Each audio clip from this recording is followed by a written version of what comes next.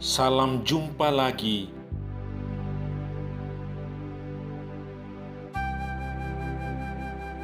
Bersama saya, Pastor John Lewar SVD. Suara Pagi. Aku mengucap syukur kepada Allahku karena persekutuanmu dalam berita Injil, mulai dari hari pertama sampai sekarang ini. Akan hal ini aku yakin sepenuhnya, yaitu Ia yang memulai pekerjaan yang baik di antara kamu akan meneruskannya sampai pada akhirnya pada hari Kristus Yesus. Hari ini hari Jumat Agung, 2 April 2021.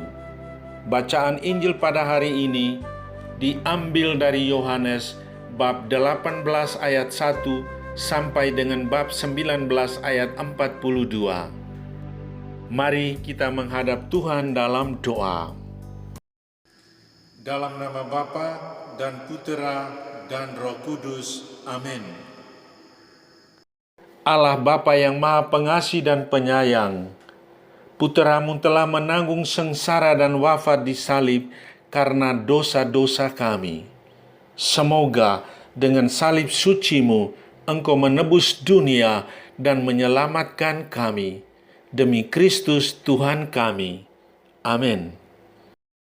Inilah kisah sengsara Tuhan kita Yesus Kristus menurut Yohanes. Dimuliakanlah Tuhan. Pilatus keluar lagi mendapatkan orang-orang Yahudi dan berkata kepada mereka, "Aku tidak mendapati kesalahan apapun padanya. Tetapi pada kamu ada kebiasaan bahwa pada Paskah aku membebaskan seorang bagimu. Maukah kamu supaya aku membebaskan raja orang Yahudi bagimu?" Mereka berteriak, "Jangan dia, melainkan Barabas." Barabas adalah seorang penyamun. Lalu Pilatus mengambil Yesus dan menyuruh orang menyesah dia. Prajurit-prajurit menganyam sebuah mahkota duri dan menaruhnya di atas kepalanya. Mereka memakaikan dia jubah ungu dan sambil maju ke depan mereka berkata, "Salam hai Raja orang Yahudi." Lalu mereka menampar mukanya.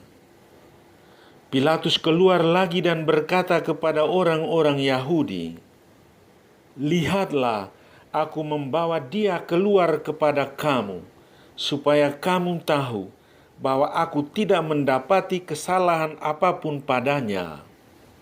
Lalu Yesus keluar bermahkota duri dan berjubah ungu. Maka kata Pilatus kepada mereka, "Lihatlah manusia ini." Ketika para imam kepala dan penjaga-penjaga itu melihat Yesus, berteriaklah mereka, "Salibkan dia, salibkan dia." Kata Pilatus kepada mereka, "Ambil saja sendiri dan salibkanlah dia, sebab aku tidak mendapati kesalahan apapun padanya." Jawab orang-orang Yahudi itu kepadanya, "Kami mempunyai hukum, dan menurut hukum itu ia harus mati, sebab ia menganggap dirinya sebagai anak Allah." Ketika Pilatus mendengar perkataan itu, bertambah takutlah ia. Lalu ia masuk pula ke dalam gedung pengadilan dan berkata kepada Yesus, "Dari manakah asalmu?" Tetapi Yesus tidak memberi jawab kepadanya. Maka kata Pilatus, "Tidakkah engkau mau berbicara dengan aku? Tidakkah engkau tahu bahwa aku berkuasa untuk membebaskan engkau dan berkuasa juga untuk menyalibkan engkau?" Yesus menjawab, "Engkau tidak mempunyai kuasa apapun terhadap aku, jikalau kuasa itu tidak diberikan dari atas. Sebab itu, dia yang menyerahkan aku kepadamu lebih besar dosanya." Sejak itu, Pilatus berusaha untuk membebaskan Yesus, tetapi orang-orang Yahudi berteriak, "Jikalau engkau membebaskan dia, engkau bukanlah sahabat kaisar. Setiap orang yang menganggap diri raja melawan kaisar." Ketika mendengar perkataan itu, Pilatus menyuruh Yesus keluar. Lalu ia duduk di kursi pengadilan di tempat yang bernama Litostrotos, dalam bahasa Ibrani Gabata. Hari itu ialah hari persiapan Paskah, kira-kira jam 12. Kata Pilatus kepada orang-orang Yahudi itu, "Inilah rajamu." Maka berteriaklah mereka, "Enyahkanlah dia, enyahkanlah dia, salibkanlah dia." Kata Pilatus kepada mereka, "Haruskah aku menyalibkan rajamu?" Jawab imam-imam kepala, "Kami tidak mempunyai raja selain kaisar." Akhirnya Pilatus menyerahkan Yesus kepada mereka untuk disalibkan. Mereka menerima Yesus. Sambil memikul salibnya, ia pergi keluar ke tempat tengkorak, dalam bahasa Ibrani Golgota. Dan di situ dia disalibkan, dan bersama-sama dengan dia disalibkan juga dua orang lain, sebelah menyebelah, Yesus di tengah-tengah. Sesudah itu, karena Yesus tahu bahwa segala sesuatu sudah selesai, berkatalah ia, supaya genaplah yang ada tertulis dalam kitab suci, "Aku haus." Di situ ada suatu bekas penuh anggur asam. Maka mereka mencucukkan bunga karang yang telah dicelupkan dalam anggur asam pada sebatang hisop, lalu mengunjukkannya ke mulut Yesus. Sesudah Yesus meminum anggur asam itu, berkatalah ia, "Sudah selesai." Lalu ia menundukkan kepalanya dan menyerahkan nyawanya. Demikianlah Injil Tuhan. Terpujilah Kristus. Tema renungan kita pada hari ini, dengan salib sucimu, engkau telah menebus dunia. Saudari-saudaraku yang terkasih dalam Kristus, kita sudah mengikuti seluruh rangkaian kisah sengsara Tuhan kita Yesus Kristus. Dia ditangkap di Taman Getsemani ketika sedang berdoa. Para murid terkejut dan mereka melarikan diri satu persatu. Dia dibawa kepada pembesar agama, diadili dengan berbagai tuduhan. Dia memikul salib sambil diludahi, dipukul, dicemeti, dan diolok-olok dengan kata-kata kasar. Di bawah tindihan salib yang berat, dia harus bangun dan berjalan menuju puncak Golgota. Tidak ada belas kasihan baginya. Disalib hina, dia dipaku dan ditikam dengan tombak dan mati. Akhirnya diturunkan dari salib, lalu dikuburkan di dalam liang lahat.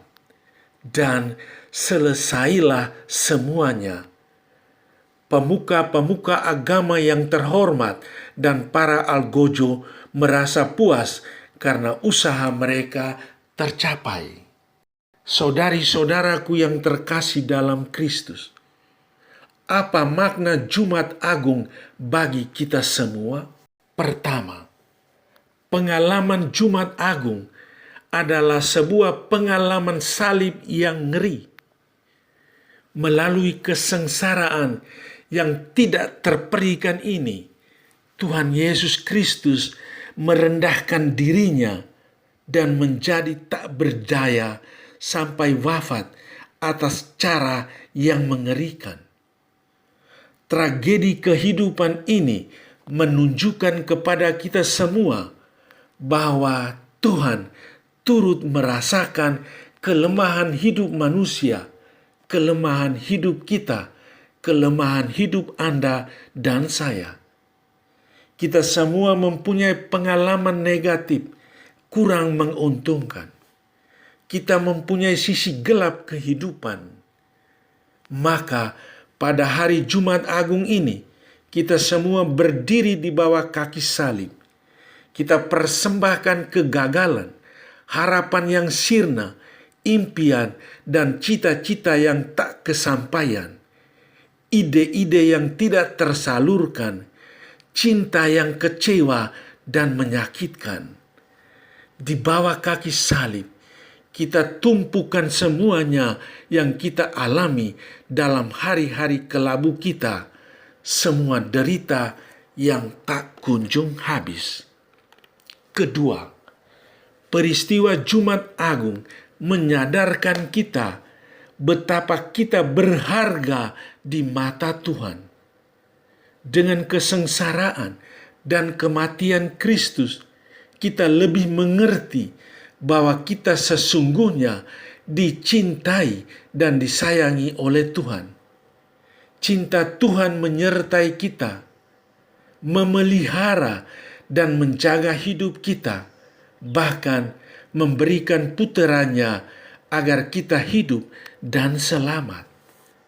Tidak ada kasih yang paling agung daripada kasih seorang yang menyerahkan nyawanya bagi sahabat-sahabatnya. Kita semua dipanggil untuk memberikan cinta dan kehidupan bagi sesama.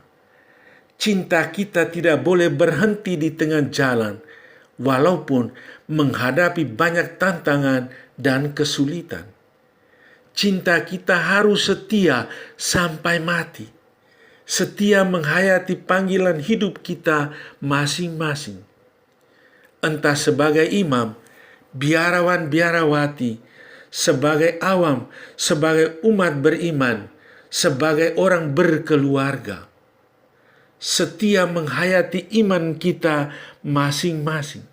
Setia melaksanakan tugas dan kewajiban kita sampai selesai, sampai akhir hidup kita di dunia ini.